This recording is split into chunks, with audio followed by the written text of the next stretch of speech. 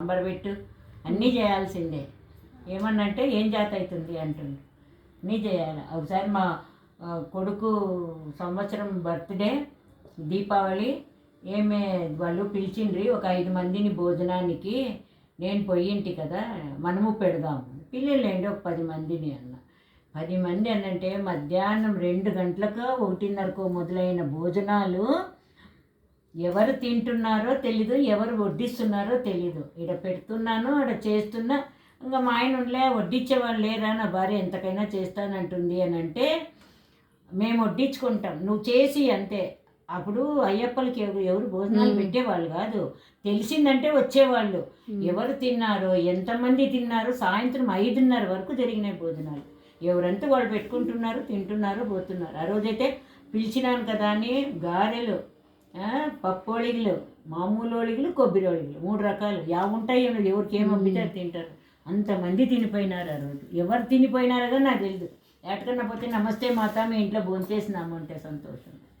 యుగవైం తిరుమల కామగలేని కన్నులెందుకు, సప్తగిరులుగా స్వామికి పానుపై ఆదిశేషుడే అవతరించెనట. ఆర్తుల పిలుపుల కోయని పలుకగా శంఖమే స్వామికి చేత చేరెనట.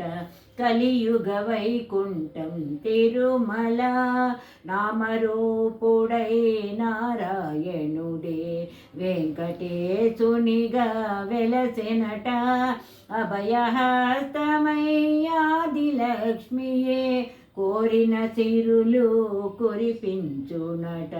కలియుగ వైకుంఠం తిరుమల కానగలేని కన్నులెందుకు.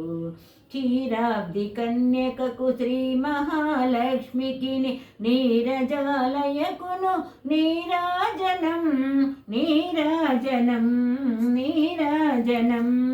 జలజాక్షి మోమునకు జకవకు చమ్ములకు నెలకొన్న కప్పురపు నీరాజనం నీరాజనం నీరాజనం. అలివేని ఉరువులకు హస్తకమలమ్ములకు నిలువు మాణిక్యముల నీరాజనం నీరాజనం నీరాజనం. భగతు శ్రీ వెంకటేశు పటపురాణి నెగడు సతి కళలకు నీరాజనం నీరాజనం. జగతి అలమేల్మంగ చకదనములకెల్ల నెగడు నిజ శోభనపు నీరాజనం నీరాజనం నీరాజనం. శ్రీదేవి భూదేవి సమేత శ్రీ వెంకటేశ్వర స్వామినే నమః. కలికి హారతి సమర్పయామి. ఊరికే చూపించేది. లక్ష్మీం క్షీర సముద్ర రాజతనయాం శ్రీరంగ ధామేశ్వరీం పక్క పెట్టేది. దాసీభూత